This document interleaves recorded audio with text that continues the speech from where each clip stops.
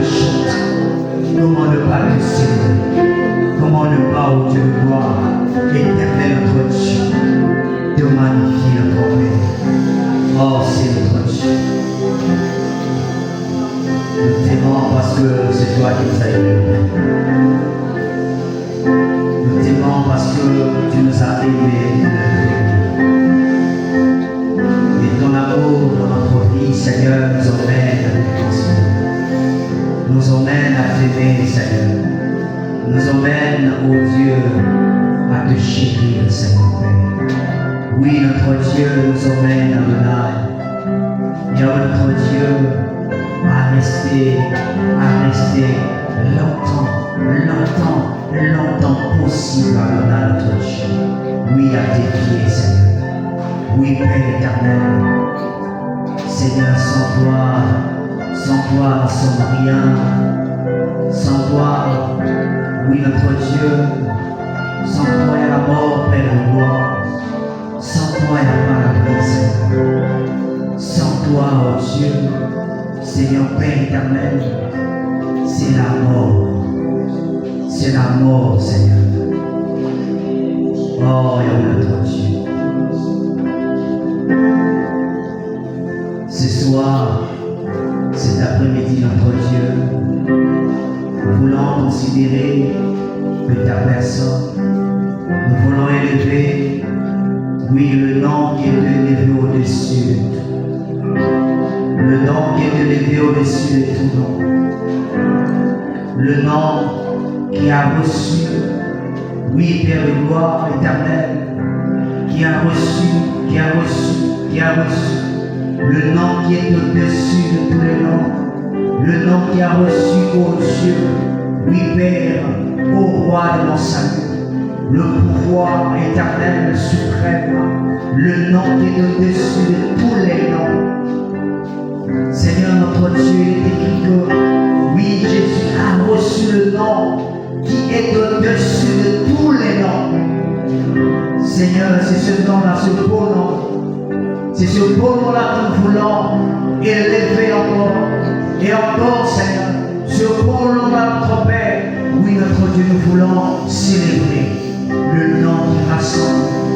Oui, notre Dieu, quand, oui, les hommes sont rassemblés autour de ce nom-là, Père, oh Dieu, les vies sont transformées, les vies sont changées. Oui, Père de gloire, les boîtes marchent. Oui, notre Dieu, les aveugles voient, oh Dieu de gloire. À cause du nom de Jésus, Jésus et Jésus seul. Oh Seigneur Père, dans le nom glorieux.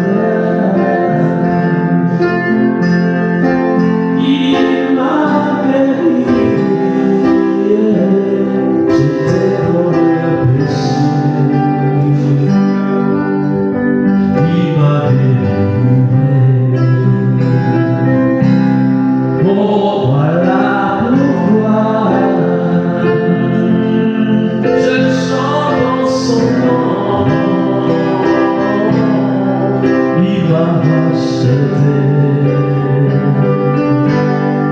Je suis fier de lui. Dans mon cœur, dans mon cœur, coule un amour guerrier, un amour profond. Oh, celui que j'aime, oh, dans mon cœur, dans mon cœur, un amour profond. Pour celui que j'aime tant, il s'appelle Jésus. Oh, il doit monter ma Jésus.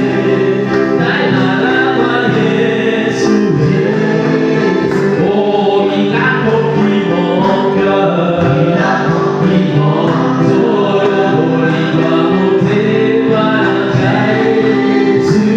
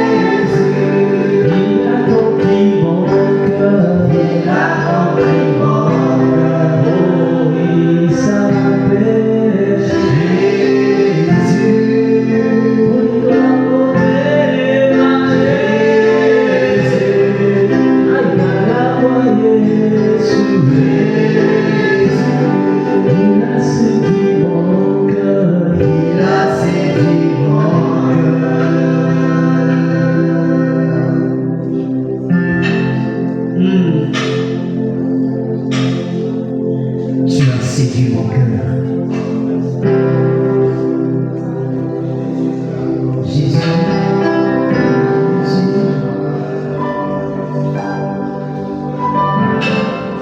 tu as conquis mon cœur.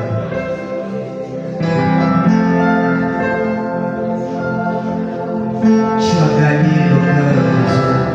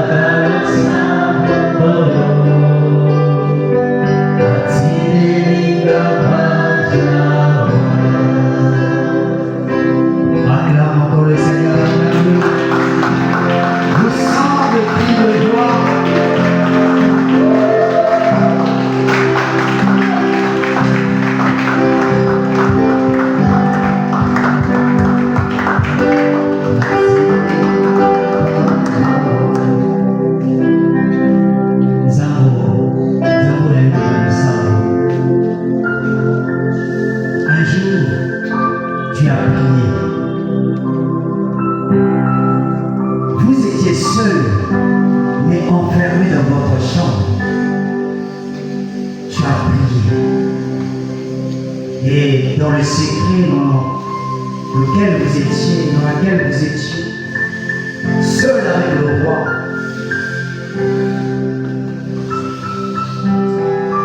seul avec le roi. Et un jour, ce que vous avez demandé dans le secret, vous l'avez obtenu. Vous l'avez reçu.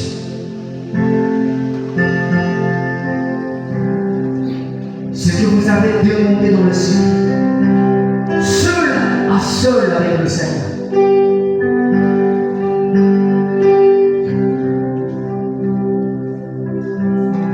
Vous l'avez reçu. Il est le Dieu qui écoute et qui exauce les prières.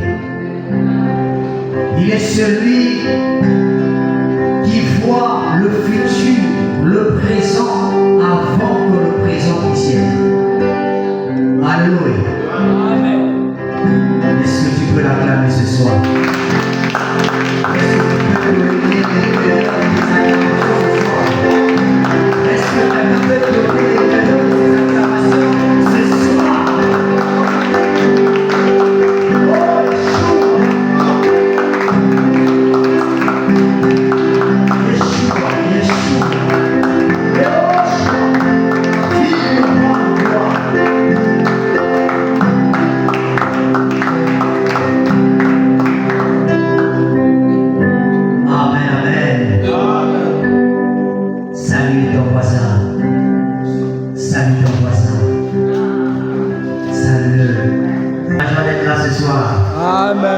Qui est l'occasion d'être là ce soir. Amen. Alors si tu es là, tu acclames, c'est très bon.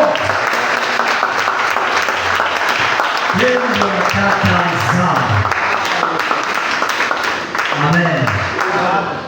En tout cas, le Seigneur a voulu encore ce soir nous rassembler. Alléluia. Et sur ce thème, ce beau thème, le chant du coq. Dis à ton voisin, le chant du coq. Le chant du coq. Ce qui m'a dit à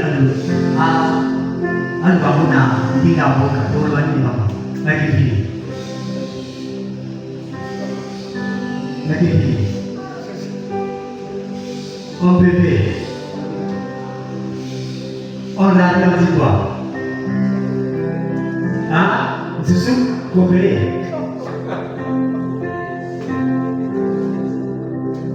Un dinamo frère. Ah? Mukunga Yitsusu. Mususu. Mukunga Mususu.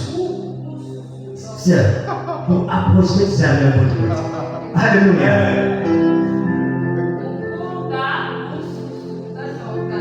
Ça c'est en Kaba. Mukunga.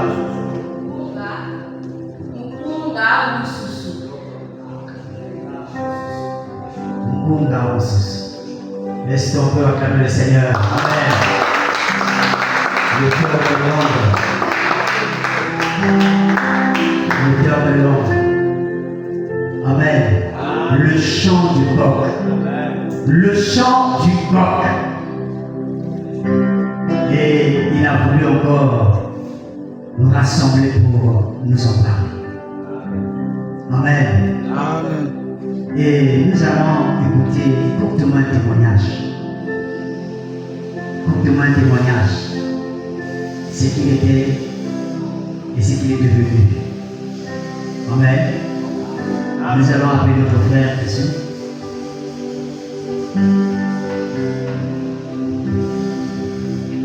Bonsoir à tous.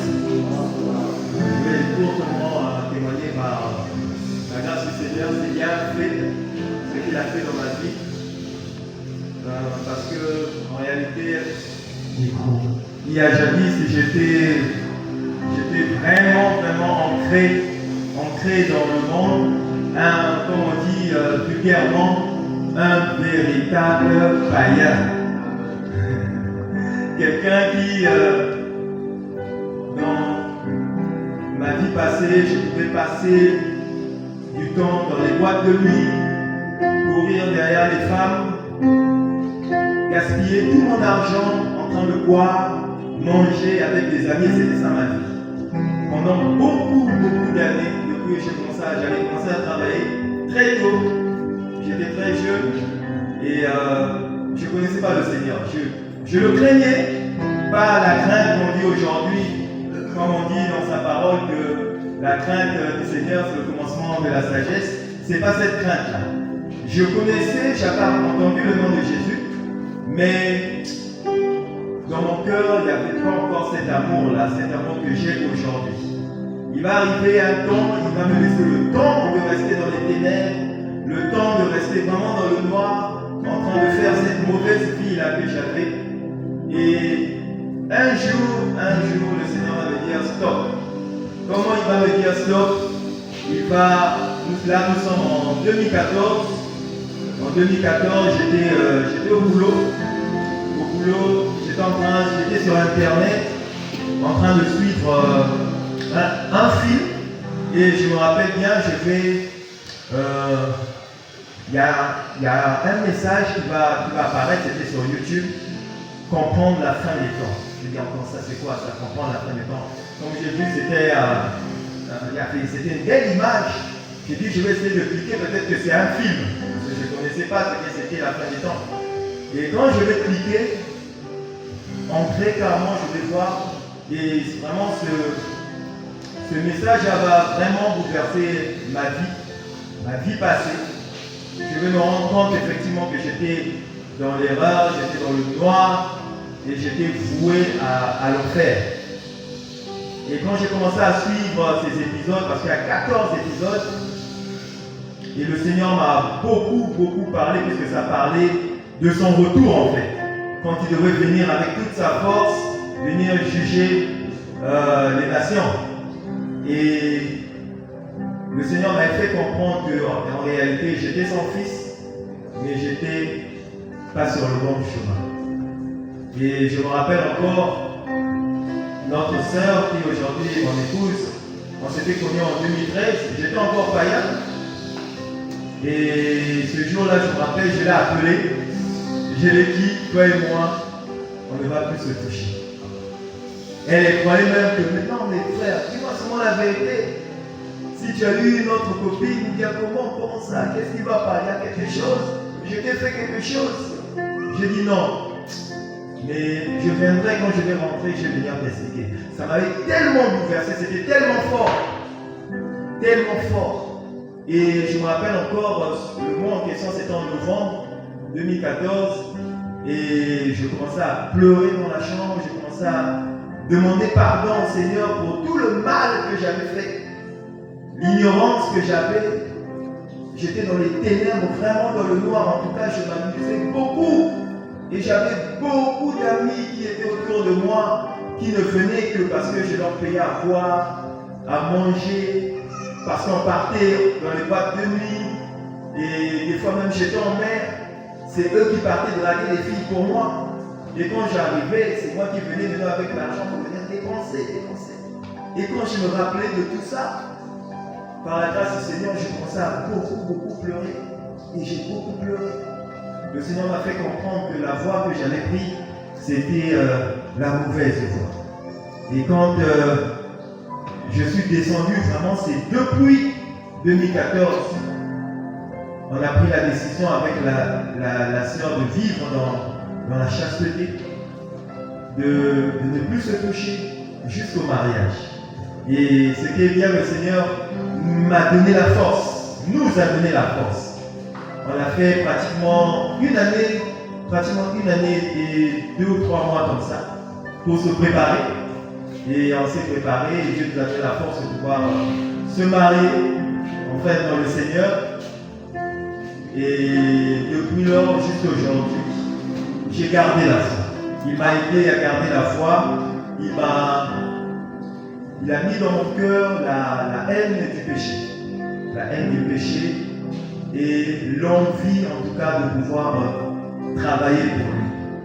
Il m'a mis dans mon cœur tout ce que je pouvais faire il y a jadis quand j'étais païen, m'entourer des amis païens, partir dans les boîtes de nuit, draguer les femmes, boire de l'alcool. Et aujourd'hui, il m'a remplacé tout ce monde-là par des frères, des bien-aimés que j'ai connus aujourd'hui qui sont autour de moi. Et moi, je bénis le Seigneur pour cette nouvelle vie que j'ai, que je n'avais pas avant. Vraiment, en tout cas, ça m'a vraiment fait perdre du temps, beaucoup de temps par rapport à ma vie. Et aujourd'hui, je crois fermement que le chemin qu'il m'a fait prendre est le bon chemin. Et je bénis le Seigneur pour cela. Et je crois fermement que ce qu'il a fait pour moi, il va le faire aussi pour quelqu'un, pour celui qui n'est pas encore converti. Amen. En tout cas, que Dieu le bénisse. Que Dieu vous bénisse et je suis fermement content.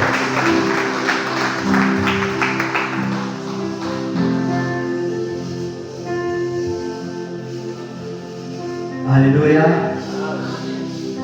La sœur Barbie, est-ce que tu peux le prendre pour aussi chanter? Oh mon Dieu, tu es bon. Oh mon Dieu, tu es bon. Oh mon Dieu, tu es bon. Alléluia. Nous allons chanter ce chant avec notre sœur. Oh mon Dieu, tu es bon. Oh mon Dieu, tu es bon. Oh mon Dieu, tu es bon. Tu es bon pour moi, tu es bon. Oh mon Dieu, tu es bon. Oh mon Dieu, tu es bon. Tu es bon pour moi, tu es bon. Oh mon Dieu, tu es bon.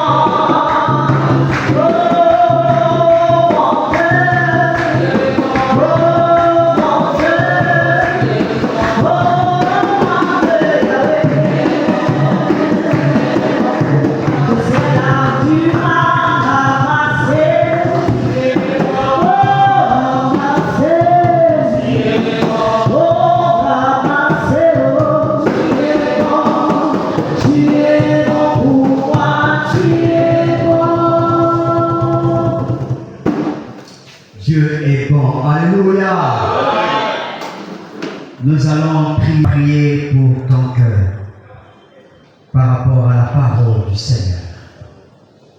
Tu vas te recommander au Seigneur. Seigneur Père, nous voulons notre Dieu éternel nous recommander, étant notre Dieu, entre tes saintes et divines mains, Seigneur. Nous voulons notre Dieu de gloire de prier par rapport à nos cœurs. Seigneur, que ta parole puisse trouver de la place dans nos cœurs. Et donne-nous la force, la capacité de pouvoir vivre ta parole, Seigneur. Père éternel, seul toi qui es capable, notre Dieu, de changer nos vies, Seigneur. Seul toi qui es capable, notre roi, de nous accorder la capacité de pouvoir se soumettre à toi, Seigneur. Père éternel, nous recommandons nos cœurs comme des vases à l'honneur, notre Dieu. Seigneur de gloire, nettoie nos cœurs et déverse, notre Dieu, de nos cœurs tes mots à toi, ta parole à toi. Nous voulons, notre Dieu, que ta parole saisisse encore ce soir nos cœurs, afin que, Père éternel, nous puissions, notre Dieu, oui éternel, changer, être à l'image de Christ. Et cela est possible que par tes paroles. Car ta parole est esprit et vie. Laisse que, Père, par tes paroles, nous puissions recevoir la vie et la vie en abondance. Dans le nom de Jésus-Christ. Nous acclamons une fois de plus le Seigneur.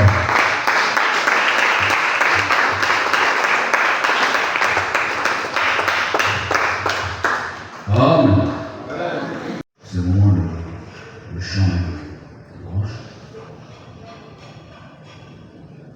Alors déjà, je voulais rendre grâce au Seigneur pour ces 3 jours que nous avons passés. Le Seigneur nous a fait grâce. D'avoir pu évangéliser, pu faire le suivi. Vraiment bénissez pour ça. On a prié pour ça, le Seigneur a vraiment fait du bien. Alors, donc, nous allons nous encourager sur le thème que tout le monde connaît. Nous avons les chants du corps. Les chants du corps. Et le passage de base, c'est Éphésiens 5, verset 14. Vous avez le passage. Allez, ouvrez le Bible. Éphésiens 5, verset 14.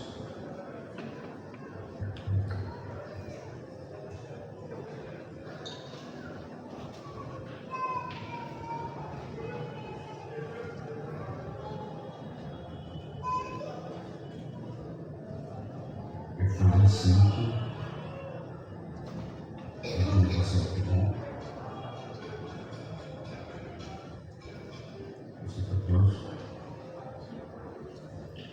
Il est écrit,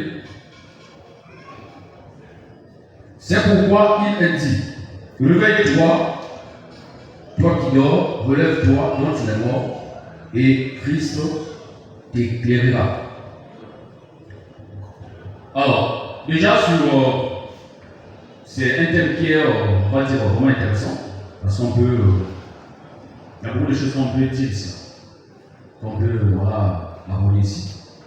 Mais le message fondamental, c'est ce que nous allons développer. Alors, je voulais d'abord faire une petite histoire, une courte histoire sur les coqs.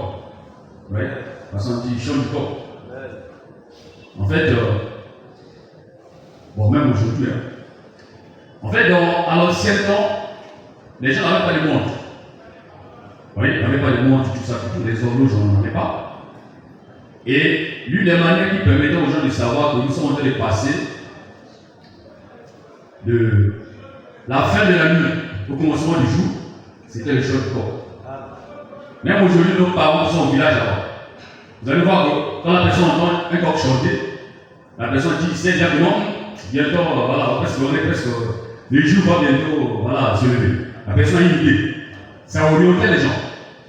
Et le coq, qui est voilà, un oiseau de la basse-cour. Vous voyez que c'est. En fait, Dieu a mis en lui une certaine, on va dire une certaine vigilance. Vous voyez, à cet aspect-là, il peut chanter et il chante à un moment précis, un temps précis. Et en général, il chante de minuit, on va dire jusqu'à 5 heures. Alors, en fait, c'est de ça que les Grecs et les Romains à l'époque, alors, et ils ont utilisé les nuits en veille. Et ils utilisent les journées et les nuits. Mais les nuits sont dans 4 veilles. Et les veilles là, c'est quoi? En fait, ce sont des séquences de temps, de 3 heures, 3 heures. Je prends par exemple, nous avons. On va prendre le passage, c'est dans Matthieu, dans Marc 13. Marc 13, verset 35. Marc 13, verset 35. Marc 13, il dit restez donc vigilants, car vous ne savez quand viendra le maître de la maison, le soir, ou au milieu de la nuit, ou au chant du coq, ou le matin. Vous voyez, ils sont ici. Donc là, nous avons, il y a 4 veilles. Il y a le soir pratiquement c'est 18h à 21h. Après, nous avons le milieu de la nuit. Nous sommes le 21h à 0h. Et ensuite, le milieu de la nuit, on appelle ça comme minuit d'ailleurs. Nous avons ou au chant du coq, nous avons de 0h à 3h. Et ensuite, la dernière veille, nous avons le matin. Le matin, nous sommes de 3h à 6h. Donc, si nous comptons, on va voir que ça fait 3h, donc de 18h jusqu'à 6h du matin. Donc, 3h, on veille. Alors, en fait, les chants du coq, ça a été donné par rapport à la manière que le coq chante. Quand le temps arrive, l'intervalle là, voilà, il chante. Donc c'était comme une orientation, donner une direction. Dire aux humains que, voilà, on passe, on est en train de changer le temps, on passe d'une nuit, on passe, il avance la fin de la nuit et le début des nouveaux jours. Voilà un peu les façons dont il veut parler en termes du chant du coq. Alors, pour parler du coq, je vais prendre un passage pour signifier ce que c'est que voilà. Parce que nous, c'est de savoir ce que c'est que le chant du coq ici, la première partie. Donc nous sommes dans Marc 14.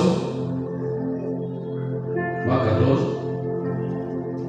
le verset 30. On va commencer 30, on va dire le verset 66 à 72. Verset 30, il dit Jésus lui dit je te dis en vérité, aujourd'hui, cette nuit même, avant que le coq chante 2 fois, toi, tu me renieras 3 fois. Donc, on voit ici, ça c'est le maître qui dit à Pierre. Il dit à Pierre que, avant que le coq ne chante, toi, tu vas me renier 3 fois. C'est intéressant. Alors, avant de dire Pierre, pendant la séance, c'est vraiment que Pierre va dire non, voilà, il commence à justifier, non, moi je. Là où tu vas mourir, je vais être avec toi, il a dit beaucoup de choses. Alors, et Jésus, quand il a dit ça, il a insisté, il a donné une prophétie. On va que le berger et les brebis se dispersent. Il a donné ça. Mais Pierre s'est dit non, je ne peux pas t'abandonner ça. On va lire maintenant le verset 66 à 72.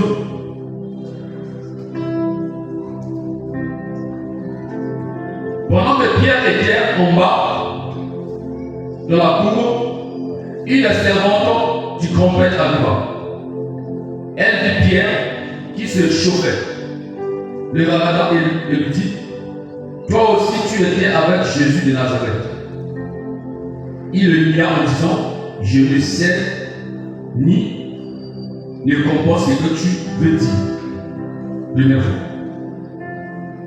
Puis il sortit pour aller dans le vestibule. Alors un coq chanta.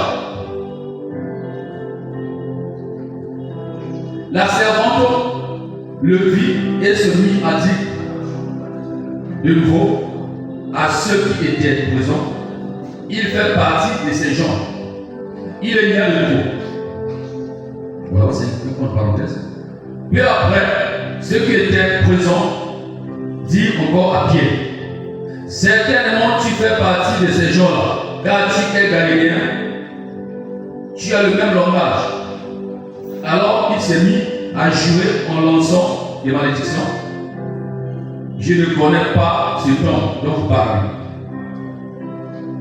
Pour la seconde fois, un corps chanta. Pierre se souvint alors de ce que Jésus avait dit. Avant que le corps chante 2 fois, tu me renieras 3 fois. Et en y réfléchissant, il pleurait. Alors, ce qui est intéressant ici, c'est que Dieu peut se servir de n'importe quoi, ou de n'importe qui, pour nous interpeller. Voilà l'image de corps ici. Et regardez le passage de Ephésiens 5, le verset 14. Il dit, relève-toi, toi qui dors. Le message s'adresse à chacun de nous. Il dit, relève-toi. Relève-toi d'entre les morts, toi qui dors. Il dit, réveille-toi. Relève-toi d'entre les morts, toi qui dors. Ça s'adresse à chacun de nous. Chacun de façon personnelle, ça c'est intéressant, c'est que Dieu s'adresse à chacun de nous. Parce que si Dieu dit, relève-toi qui dort, ça veut dire que Dieu a exactement constaté que tu es dans un sommeil. Non, je suis dans un sommeil. Je suis en train de dormir. Et c'est ce qu'on va voir que le sommeil là, c'est quoi? C'est quoi ce sommeil? Tu relèves-toi qui dort. Donc tu es mort, relève-toi. Alors, ici pour expliquer le sens du sommeil, alors je voulais signifier juste le corps ici. Ouais. La Bible nous dit dans le livre de Jean 16, ça nous dit que lorsque l'Esprit viendra, il nous conduira. Il nous annoncera les choses à venir. Et dans un autre passage, dans Jean 14, Jean 15 dit que il vous rappellera toutes choses. C'est-à-dire les choses que Jésus a dit, le Saint-Esprit lorsqu'il viendra, il va rappeler ces choses-là aux disciples. On va dire, pas précisément, il parlait des apôtres. Il vous rappellera ce que je vous ai dit. Ça, c'est parmi plusieurs missions du Saint-Esprit. L'autre, c'est de rappeler. Alors, voyez ici, je peux entendre que le message s'adresse à chacun de nous. Vous voyez que ici, Jésus a parlé à Pierre. Il n'a pas dit à tout le monde que le jour, avant que le temps de chante 3 fois, tu me venais. Il a parlé seulement, il a dit ça seulement à Pierre. Seulement à Pierre qui a dit ce message. Et imaginez maintenant Pierre, les autres n'étaient pas seulement. Il ne savait pas, il n'y avait pas ce message. Il s'est allé seulement à Pierre, un monsieur. Et Pierre a répondu. Il a répondu lorsque le corps va chanter. Il a répondu que Dieu est en train de le parler. Le corps donne un son contre. Le corps chante, c'est comme si.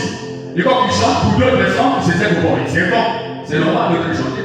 Mais pour Pierre, c'est que Pierre a reçu son message, c'est comme si le corps est venu nous rappeler le message que Jésus lui avait déjà annoncé. Donc on voit ici l'image de quoi? Le corps là, on voit l'image des hommes et des femmes, ou des hommes que Dieu prendra poussière. Des gens qui ne sont pas tous élevés dans la société. Parce que comme c'était un oiseau, il n'a pas si court que nous avons. Et on prend ce corps là. La Bible dit dans le livre de 1 pour dire qu'il prend les choses qui sont viles. Il se sert de ceux qui sont plus bas de la société pour confondre ceux qui sont de nous. Il passe par le corps pour parler. Ça veut dire que dans cette génération, Dieu va susciter des corps. Même ce soir, on est en train de parler. Je suscite comme un corps qui est en train de parler. Il va susciter les corps. Et ces corps-là, ils vont parler au cœur des enfants. Ils vont leur rappeler la parole. Parce que le corps vient pour rappeler la parole. Il vient pour te réveiller. Le corps. Et c'est ce message que nous donne ce passage. Alors, c'est pas fini. continue. On prend le sommeil. Alors, ce qui est intéressant, on dit ceci. On demande à le passage d'Éphésiens, on va lire Éphésiens 5, verset 14.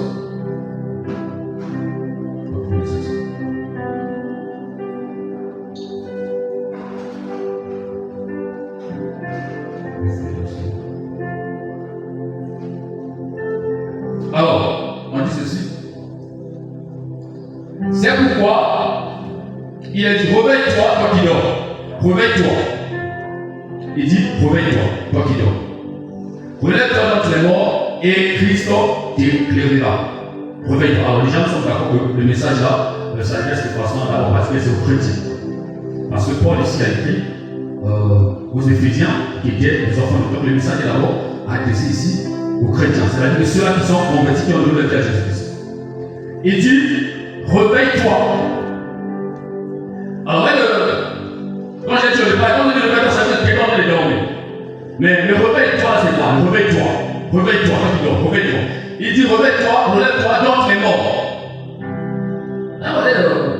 Imaginez qu'il y a des gens qui dorment en général. Assez de personnes qui dorment pendant 5 ans. Ils dorment parfois. Tu peux comprendre que je dors avec un homme qui prenait de l'alcool. Mais la façon de dormir, c'était bizarre. C'est-à-dire que tu as l'impression que la personne est dans le coma. Parce que la personne est à fond dans le sommeil, tu sors de la personne. C'est comme ça la personne est dans le coma. Ça veut dire que quand Paul dit ça, c'est comme si on pouvait garder les morts et les morts et les gens qui sont en train de dormir ensemble. Quand on regarde, on va se dire qu'est-ce qui se passe? Est-ce qu'il y a des gens vivants ici? On va arriver à faire une confusion, on ne sait plus est-ce qu'il y a des vivants ici ou bien tous ces sont les morts. Il dit relève-toi, réveille-toi toi qui dors. Ça veut dire quoi? Ça veut dire qu'en tant qu'enfant de Dieu, il arrive parfois dans la vie que nous pouvons tomber. Ou notre relation avec le Seigneur va avoir un problème. Et parfois, nous on va se comporter comme des païens. Parce que les païens sont morts. Un enfant de Dieu dort. Donc tu es avec les païens ensemble. On ne peut pas faire la distinction. On doit les chercher. C'est comme si c'était comparable à eux.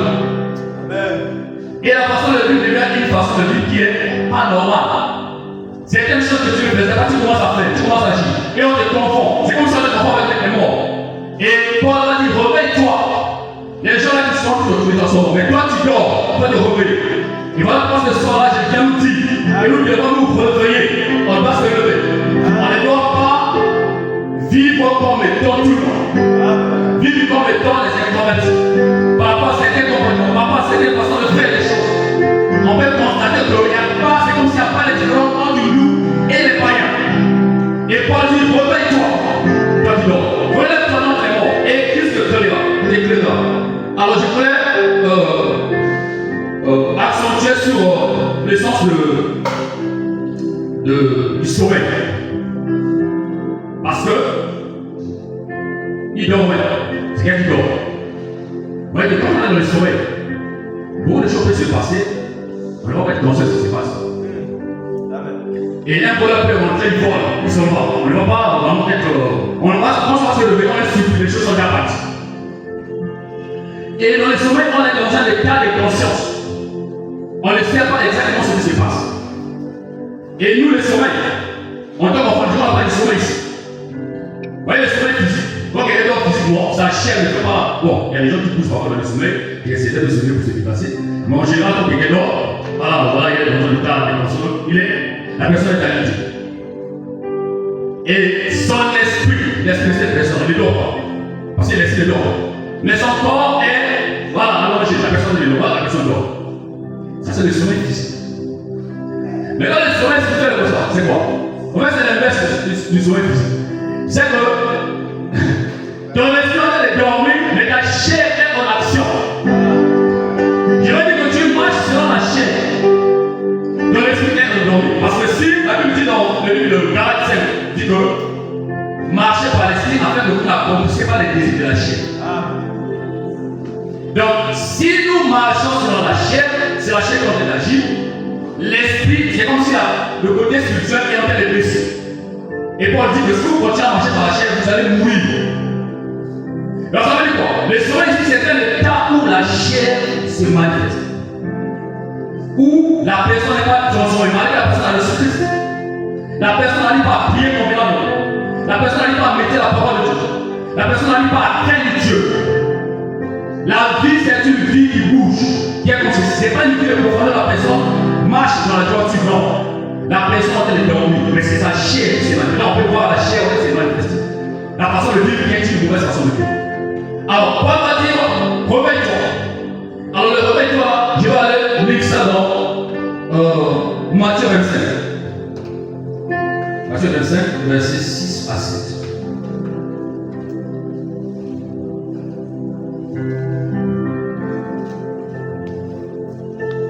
Matthieu 25, 6 à 7. On dit ceci. Or, à minuit, il se fit un cri, disant, voici l'époux vient, allez à sa rencontre. Alors toutes les vierges se réveillèrent et préparaient leur lampe et les forts. Alors toutes ces vierges se réveillèrent et préparaient leur lampe. Alors ça c'est le verset 7. On dit, ici on parle du milieu de la nuit. Alors, je vais faire un point avec ce qu'on a déjà dit. C'est que à minuit sans pratiquement, on peut situer ça dans l'intervalle de 0 heure à 3 heures. Et en général, à minuit, c'est le moment où les gens sont à fond dans le sommeil. Le sommeil est profond. Et c'est aussi le moment où les gens travaillent. Donc les gens sont vraiment à fond de dormir. Et le milieu de la nuit de nous avons, sur le point de vue spirituel, c'est un temps où le péché est vraiment élevé. Voilà pourquoi la Bible dit que dans les derniers jours, l'iniquité sera tellement accrue que l'amour d'un grand homme se refroidira. Donc il y a en train de parler ici de la minute comme autant le moment où les ténèbres, c'est-à-dire que le péché, les mauvaises choses, sont tellement manifestes et ça touche les enfants de Dieu. Et ils commencent à dormir. Ils commencent à vivre pas une vie normale. C'est comme si c'est conforme aux autres. La façon de marcher n'est pas une façon normale. Et ils sont là. Et ici, regardez, je parle du message. Réveille-toi. Il dit, voici du réveil. Verset 6. Or, à minuit, il se fit un cri, disant, voici le coup. Voici le coup vient, allez à sa rencontre. Alors, toutes les vierges se réveillèrent et préparaient leur lampe. Donc, on voit ici, on est en train de parler, on dit voici le coup. Donc, la meilleure façon de réveiller les gens qui dorment spirituellement, c'est de présenter Jésus. C'est seul le message christocentrique qui peut relever ceux qui dorment. Et ce message, à la base, c'est le message de la repentance. C'est lorsque nous parlons de la repentance, lorsque nous prêchons la repentance, ou ramener les gens à Dieu, c'est là que les gens se réveillent. C'est là n'importe quel message qu'on peut prêcher pour réveiller quelqu'un. Il faut parler de la repentance, il faut parler de Jésus. C'est Jésus seul qui permet à ce que les gens puissent se réveiller de leur sommeil, les gens puissent quitter le péché, les gens puissent quitter les vies qui sont dedans, seul en présentant le Seigneur Jésus-Christ. Et ça, c'est le message, réveille-toi, alors voici les bouts. Alors, donc, pour nous dire quoi? Un autre passage, je vais prendre un passage qu'ils ont lu. On va prendre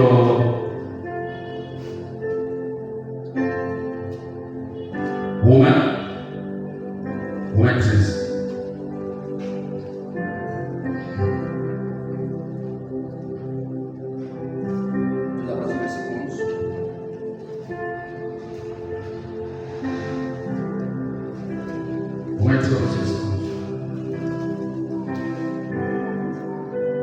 Mais vu la saison, parce qu'il est déjà l'heure de nous réveiller du sommeil, car maintenant le salut est plus près de nous que lorsque nous avons cru. La nuit est avancée et le jour approche. Rejetons donc les œuvres des ténèbres et soyons revêtus des armes de lumière.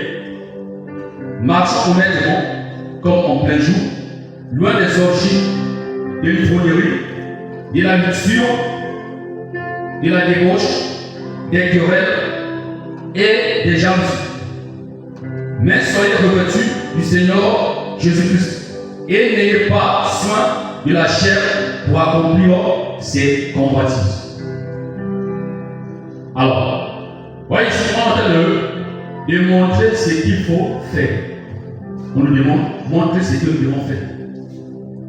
Parce que quand nous nous réveillons, quand on se réveille, alors on se réveille, c'est pour marcher avec le Seigneur de nous. Parce qu'on endort, on est dans une station. Hein, on a stationné. On le Seigneur ne veut pas que nous puissions stationner. Le Seigneur veut que nous puissions le suivre. Parce qu'il a dit dans Jean 8, verset 12 que je suis la lumière du monde, quiconque me suit ne marchera pas dans les ténèbres. Ça veut dire que lorsque nous stationnons, nous nous arrivons quelque part, il est devant, nous sommes restés. Et qu'est-ce qu'on fait? Il faut se réveiller, il faut qu'il le tienne pour parler, pour qu'on se réveille et on puisse le suivre. Alors, le suivre là, nous avons la repentance et nous avons la marche, mais la marche selon la vérité. En obéissant à la parole de Dieu. Et nous avons des passages plus clés. Nous avons Hébreux 12, verset 14. Il dit recherchez la paix avec tous et la sanctification sans laquelle personne ne verra le Seigneur. Donc, Dieu nous demande dans ces derniers temps, dans ce temps que nous sommes, il nous demande de faire quoi? Il nous demande de nous revêtir les œuvres de la lumière. Et ici, on a cité certains points. Rejetons donc le verset 12. La nuit est avancée et le jour approche. Rejetons donc les œuvres des ténèbres et soyons revêtus des armes de lumière. Donc, nous sommes la nuit en minuit. Et il y a tellement de ténèbres. Et les ténèbres ont touché certaines personnes qui sont en train de dormir. Et on nous demande de se revêtir des armes de la lumière. Marchons honnêtement, marchons honnêtement. Comme en plein jour. Donc, dans la vérité. Loin des orgies. Alors, les orgies, ce sont des. Voilà, le plus simplement possible. Vous avez les gens qui prennent la boisson, après ça finit dans les relations impures. Les orgies, même les orgies. Et les fourniers, ça nous sous dans la salle de bois. Il y a la luxure. La luxure, c'est toutes sortes de péchés sexuels. La luxure et de la débauche, des querelles et des jalousies. Mais soyez revêtus du Seigneur Jésus-Christ et n'ayez pas soin de la chair pour accomplir ses convoitises. Donc, on voit bien ici, on nous rappelle de ne pas prendre soin de la chair. Parce que la chair va nous conduire à la mort. Donc, se réveiller, se repentir et reprendre la marche avec le Seigneur. Parce que nous sommes dans une position de soumettre. Alors, un autre passage que je vais prendre, nous sommes sur la repentance, nous sommes dans Proverbe 28, verset 13. Proverbe 28, verset 13.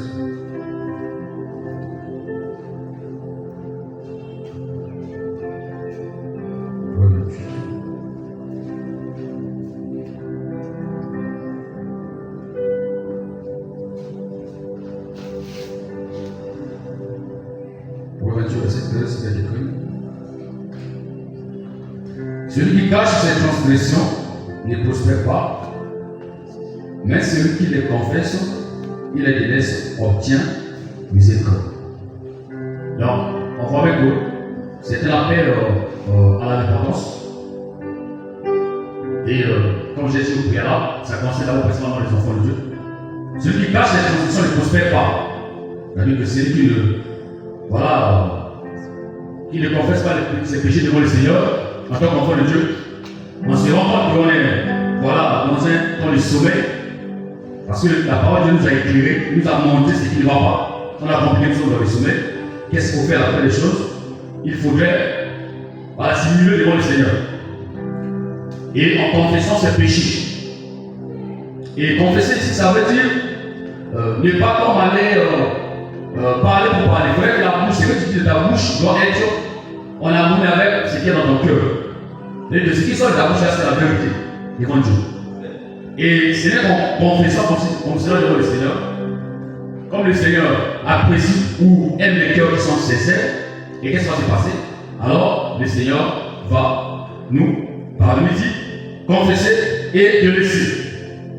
Alors moi je me rappelle combien de fois parfois on confesse les choses et puis on peut revenir dedans. tu confesses, voilà, après tu confesses. Ouais, on essaie un petit peu. Après, on va confesser qu'il faut délaisser, donc abandonner. Il dit, celui qui fait comme ça, obtient miséricorde, mais celui qui les cache ne prospère pas. Et le mot prospère, ça veut dire que n'est pas vainqueur. Et que l'ennemi va avoir de l'avantage sur nous. Si nous ne confessons pas les péchés, comme c'est bon. Et si nous ne les abandonnons pas, on va se retrouver où on fera l'ennemi à prendre plus de force. Parce que le péché que nous avons commis n'est pas réellement pardonné. Et on peut voir ça dans le livre des Juges, où à chaque fois le peuple s'égarait. Et quand il s'égarait, on peut voir comment Dieu utilisait leurs ennemis pour les attaquer. Et ils avaient l'impression que l'ennemi était plus fort qu'eux. Et c'était pour leur ramener. Alors, tellement de massacres de torture, et le peuple, il suscitait pour faire commence à parler. Les juges commencent à parler, et ils ramènent le peuple à la Et ça, on peut voir des gens comme ça, de la parole de Dieu, on peut citer les gens qui ont eu à ramener le peuple de Dieu. Et que Dieu s'est servi des païens, comme Nebuchadnezzar, pour châtier Israël. Pourquoi? Parce que, alors il y avait le péché, il y avait la paralysation. Dieu a averti. Alors, comme le peuple n'entend pas, alors il envoie quelqu'un. Il prend le peuple qui doit avoir les dessus sur eux, il les envoie vers eux pour venir les prendre. Parce qu'ils n'ont pas obéi à la parole du Seigneur et ils se sont endormis. Ils sont devenus dans le sommeil, malgré qu'on parle, ils continuent. Et le Seigneur est obligé d'agir autrement. Alors, et nous avons la même partie du verset, c'est et Christ éclairant. Nous avons parlé de Christ comme étant la lumière du monde. Il dit relève dans notre monde et Christ éclairant. Alors, déjà ici, je vous laisse dire quelque chose d'important, c'est que nous devons savoir que nous marchons sur la terre ici pour aller au ciel. Parce qu'il y a un temps où le Seigneur vient nous chercher. Et là, nous avons la notion de pas ce qu'on appelle l'espérance. Avoir la pensée ou avoir les yeux regardés fixés sur le Seigneur. L'espérance du salut, qui est lui-même le Seigneur Jésus-Christ. Alors, donc, ici, il dit Christ le présent. Et le passage là est un peu similaire au passage qui est écrit dans Ésaïe 60, le verset 1, où il dit lève-toi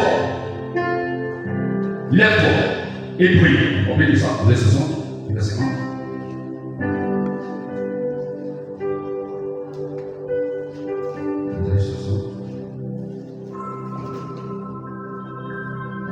Lève-toi, sois illuminé, car ta lumière arrive. De l'autre version dit lève-toi et prie, car ta lumière arrive, et la gloire de Dieu s'élève sur toi. Car voici les ténèbres couvrent la terre, et l'obscurité couvre les peuples. Mais Yahweh s'élève sur toi, et sa gloire apparaît sur toi. Alors il demande au peuple de se lever. Et on peut voir, réveille-toi. Et dans la Bible, on voit qu'il y a plus de précision. Il montre il dit réveille-toi qui dort. Donc on se réveille, on se lève. Donc il demande au peuple de se réveiller, il demande au peuple de se lever, il dit et sois illuminé, sois éclairé. Car la lumière arrive et la gloire de Yahweh se lèvera sur toi. Il demande au peuple de se lever pour prier. Parce que lorsqu'on se lève, grâce au Seigneur, on se lève par la parole du Seigneur. Et qu'est-ce qui va se passer? Le Seigneur va commencer à nous enseigner. Parce que sa parole est aussi un miroir qui nous permet de nous tirer. Au fur et à mesure, qu'est-ce qui va se passer? Comme dit 2 Corinthiens 3, alors nous allons être transformés de gloire en gloire par le Seigneur, par l'Esprit. Alors, on va repartir dans le Matthieu 25 ans.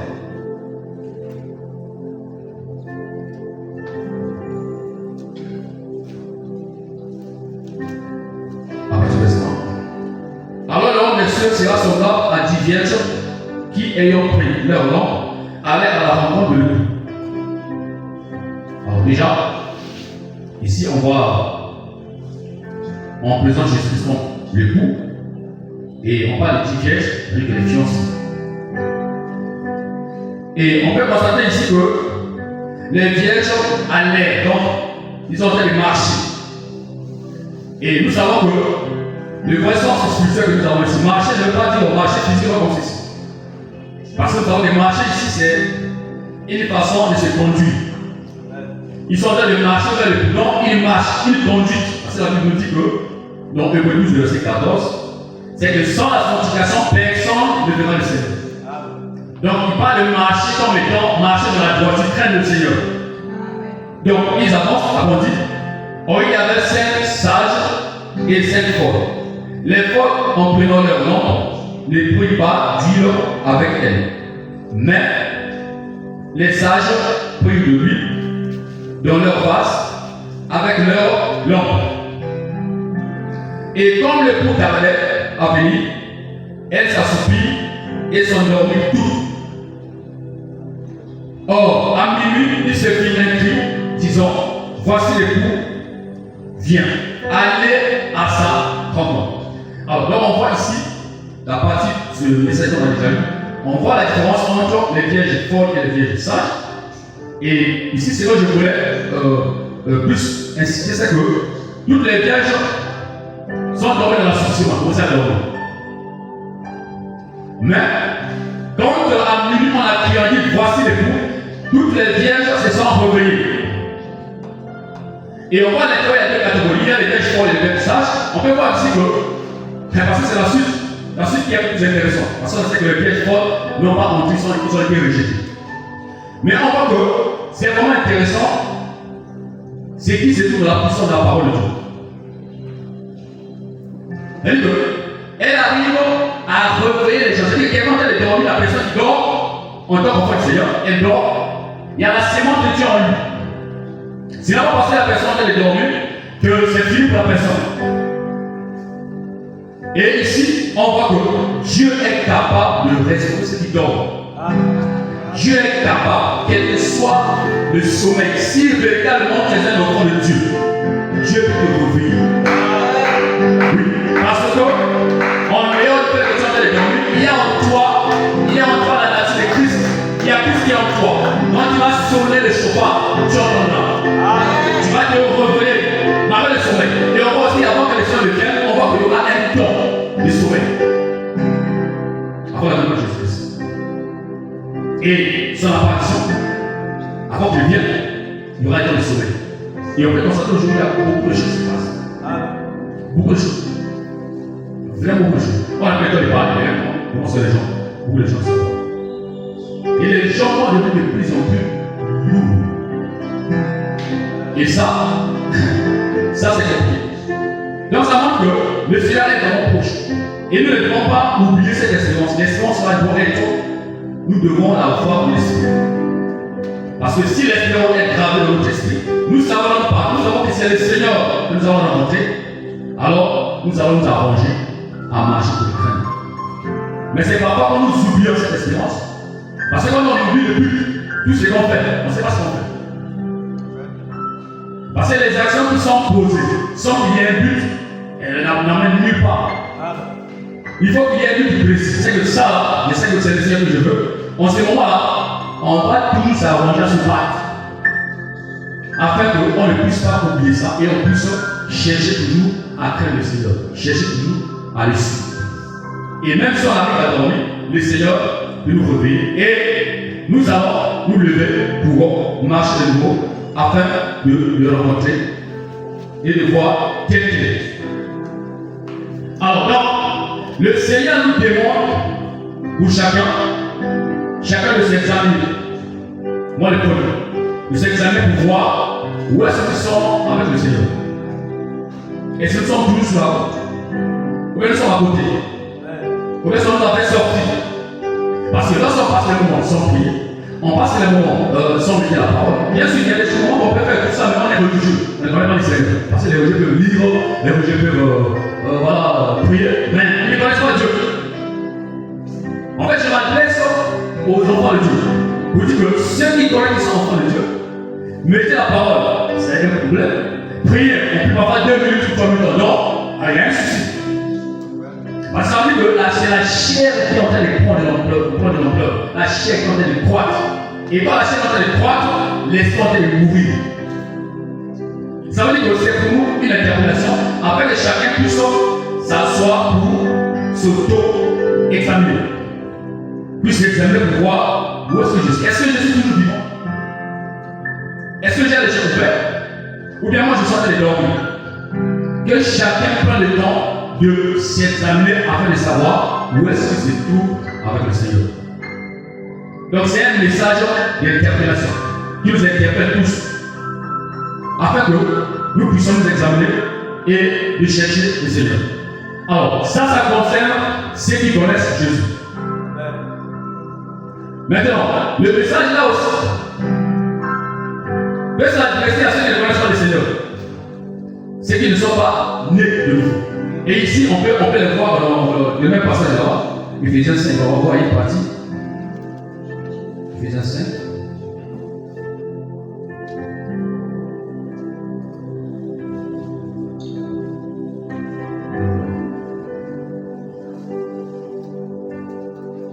Réveille-toi, toi qui dors, relève-toi donc les morts.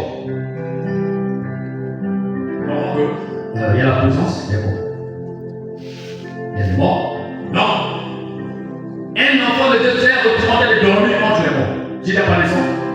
C'est que il s'est retrouvé la manière de vivre et conforme à ceux qui sont morts. Je dis les convertis. Il s'est retrouvé dans cette position. Dieu dit relève-toi. Toi tu ne dois pas être tombé. Relève-toi contre les morts. Et les morts, ce sont des hommes et des femmes qui ne connaissent pas le Seigneur. Et c'est que je voulais vous signifier, peut-être pour certains qui ne sont pas de nouveau, dire que, en fait, quand il n'y a pas Christ dans notre vie, on peut être bien éduqué. On peut grandir dans une famille chrétienne. Et notre père est pasteur, ou je ne sais pas, apôtre, tout ça. Mais tant qu'on n'a pas Christ, on est mort. Et ce qui est intéressant, c'est quoi? Je vais prendre un passage, c'est dans 1 Corinthiens 15. 1 Corinthiens 15. Qu'est-ce que la Bible dit?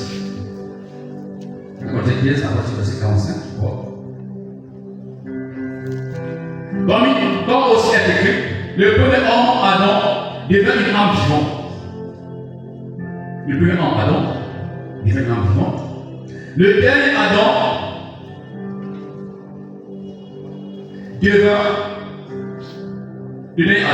est un esprit vivifiant. Or, ce qui est spirituel n'est pas le premier, mais ce qui est animal. Et puis vient ce qui est spirituel. Donc là, on dit quoi? Il va que quand on entend les paroles, on parle du premier Adam et du dernier. Le premier, on dit, devient une âme vivante. Là, on peut voir déjà que le passage là, si on regarde sur le Genèse là-bas, c'est même avant qu'Adam le pêche. On dit âme vivante. Et on a parlé du dernier Adam. Et là, nous savons qu'on parle ici de Christ, ou le Seigneur Jésus-Christ. Et on dit, c'est ce qui est spirituel n'est pas le premier, mais ce qui est animal. Ce qui est animal, nous savons que c'est ce qui est charnel. Ça veut dire quoi? Ça veut dire qu'ici, là, on peut comprendre que la vraie version de la personne, quand Dieu créait l'homme, la vraie version de la personne, que Dieu a en tête, c'est Christ. Parce que Adam était créé à l'image de Dieu, mais il n'avait pas musclé l'image qu'il avait reçue. Pourquoi? On peut précise ici que ce n'est pas ce qui est spirituel qui vient avant, mais ce qui est animal. Et si on voit ce thème, on voit qu'on fait allusion à un homme émotionnel, un homme qui est attaché à l'âme, un homme qui peut facilement tomber. Et ça, on peut regarder dans Ephésiens 4. Ephésiens 4, là-bas, verset 11, on dit que Dieu nous a donné les prophètes, les apôtres, tout ça, pour le perfectionnement des saints, en vue de l'œuvre du ministère. Afin que nous ne puissions pas tomber dans la séduction. Ça veut dire que si on arrive à grandir et qu'on devient mature, ce n'est pas parce qu'on tombe dans la séduction. Mais elle a été séduite. Ce qui donne déjà une idée de ce qui a donné elle était. Et Dieu savait qu'il devait tomber. Alors, je rappelle pour dire que tous ceux qui ne connaissent pas le Seigneur, tous ceux qui sont nés de nouveau, ils sont des morts. Et en tant que morts, ils n'ont pas revêtu la véritable image de Dieu. Ils n'ont pas revêtu le véritable homme de Dieu que Dieu avait en conscience qui créait avec elle, qui est Christ. Et on peut comprendre que Adam n'est qu'une comme une matisse. Parce qu'on dit que ce qui est charnel est le premier, ce qui est animal est le premier, puis ce qui est spirituel. Ça veut dire que Dieu s'est servi d'Adam pour que Christ puisse se pouvoir. Parce que nous recevons les saints de Jésus-Christ. Chacun de nous, qui sommes enfants de Dieu, est ancien de Jésus-Christ. Et cette grossesse-là, nous avons accouché à la résurrection. Et quand nous allons ressusciter, on va revêtir Christ pleinement. Parce qu'on aura plus ce corps-là, on va avoir les corps glorieux. Alors, ça veut dire que celui qui n'a pas reçu Jésus-Christ, qui est encore dans le monde, cette personne-là est comme une matisse qui est vide. Il n'y a rien. On mourra dans cet état. Alors, c'est pas laisser qu'on va éviter. Et on sait où est-ce qu'on va partir. C'est pour dire que nous devons chercher le Seigneur. Et ceux qui ne le connaissent pas, il n'est pas trop tard. Parce que la Bible dit que lorsque vous entendez sa voix, n'endurcissez pas vos cœurs. Et Jésus-Christ peut te visiter maintenant. Jésus-Christ peut te délivrer maintenant. Parce que la Bible dit dans Jean 3, le verset 16, il a tant aimé le monde et il a donné son Fils unique. Afin que quiconque croit ne périsse pas, mais qui ait la vie éternelle. Jésus-Christ a porté nos péchés. Jésus-Christ a porté nos maladies. Il s'est chargé de nos souffrances. Et il est prêt, il dit, venez à moi, vous tous qui êtes fatigués et chargés. Et je vous donnerai du repos. Il appelle ceux qui ne le connaissent pas. Il appelle ceux qui sont encore dans le monde. Il appelle ceux qui vivent de leur vie comme bon les sommes. Il les appelle à la repentance pour rentrer dans l'arche. Il appelle les gens qui ne le connaissent pas pour venir à lui. Voilà le message court que l'on peut donner à ceux qui ne connaissent pas le Seigneur. Et pour dire que Dieu suscitera encore une génération de corps qui vont se lever pour parler, qui vont se lever pour crier, qui vont se lever pour que les enfants de Dieu puissent revenir sur le droit chemin. Et aussi pour que les païens qui ne sont pas dans l'arche puissent monter dans l'arche. Alors, voilà la fin de ce message. Que le Seigneur soit béni. Merci.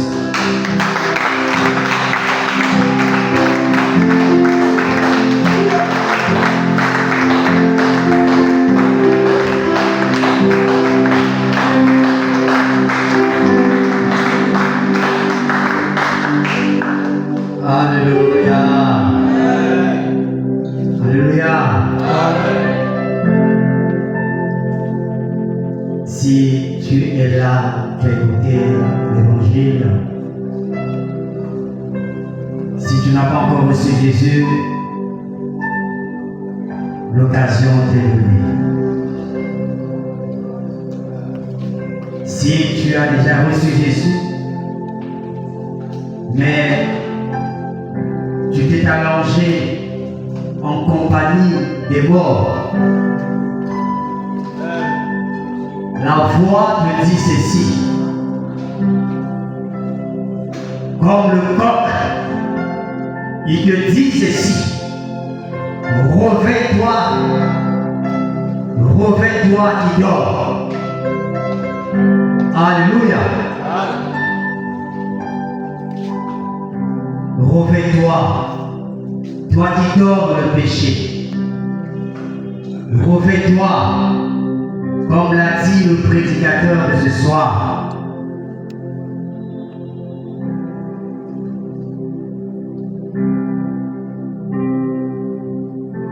Est-ce qu'on peut se lever et aller? Le message de ce soir, chacun ici présent peut dire qu'il s'est retrouvé d'une manière ou d'une autre. Et tu vas implorer la grâce de Dieu sur toi, afin que le Seigneur te touche encore ce soir, que le Seigneur te relève encore ce soir. Que le Seigneur relève ta foi, te donne encore de la force. Élève ta voix, prie le Seigneur. Ta parole m'a touché. Seigneur, je prie. Seigneur, de gloire, de plus de force, plus de détermination, plus d'engagement, plus de zèle. Seigneur notre Dieu. Oui, pour marcher avec toi, pour te servir. Seigneur Père, tu vois combien ce que Yahweh notre Père, la lourdeur éternelle, a saisi plusieurs éternels. Seigneur, nous crions à toi ce soir, non seulement pour nous qui sommes, Seigneur Père, mais pour toute l'assemblée locale de Gotha, Seigneur. Et pour tous ceux éternels et celles qui nous suivent, oh Dieu, à travers les réseaux sociaux, Seigneur. Père de gloire, refais ton peuple, Seigneur. Refais ton peuple, Seigneur. Refais ton peuple, Dieu. Seigneur, notre Dieu de gloire. Serre-toi, éternel, des corps que toi tu as choisi, Seigneur Père, afin de sonner l'alarme, mon Dieu. L'alarme a donné notre roi. Oui, Père, qui vont amener tes enfants à se réveiller. L'alarme, Père de gloire, mon Dieu, qui vont amener ton peuple, Père éternel, oui, à prendre conscience sur notre roi de gloire. Oui, à réaliser, Père éternel, dans quel camp, mon Dieu, nous en sommes, Père éternel. Oh, Yahweh notre Dieu. Seigneur Père, réveille ton peuple. Fais du bien, Seigneur notre Dieu. Oui, Père éternel, à l'instrument que tu t'es servi, Seigneur, pour nous transmettre.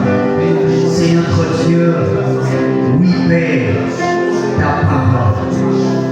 Souviens-toi de lui, Adonai, et de son épouse, de sa maison, Seigneur. Souviens-toi de lui. Père éternel, oh, c'est notre Dieu. Nous prions, Seigneur. Viens relever la foi. Viens restaurer, Seigneur. Dans le nom de Jésus.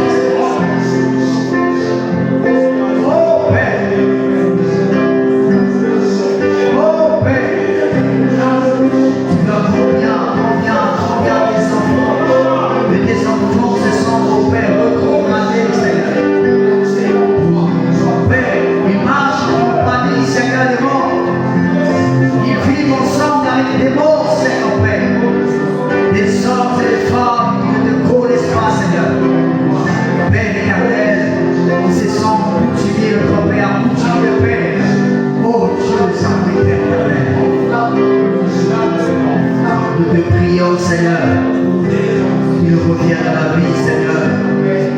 Réveille le Père, réveille les familles, réveille, oh Dieu. Oui, Père, le corps Christ, le corps Père, notre Dieu de gloire. Oui, Père, le corps, notre Dieu de Christ. Réveille-nous, Seigneur, le corps de Christ, le corps de Christ.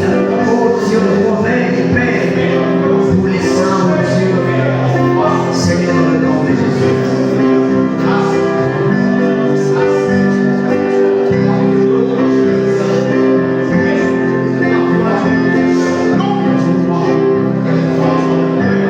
Oh Père, merci Seigneur.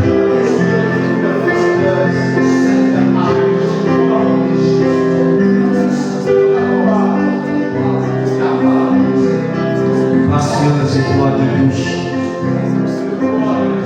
Seigneur, tu as voulu encore nous partager.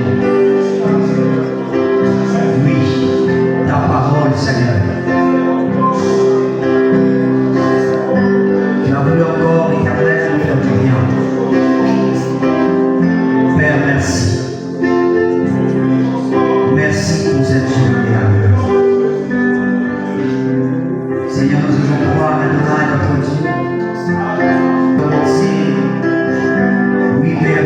achèveras, Seigneur. Oh, Adonai, notre Dieu. Ceux qui sont dans le péché, Seigneur, qui se tournent vers toi, ceux, éternel, ton roi, qui sont tombés dans la lourdeur éternelle. Seigneur de gloire, que tu les touches, que tu leur accordes de la vigueur, de la force, Père éternel, dans le nom puissant et glorieux de notre Seigneur, Yehoshua. Sois béni, sois loué, sois glorifié, sois élevé.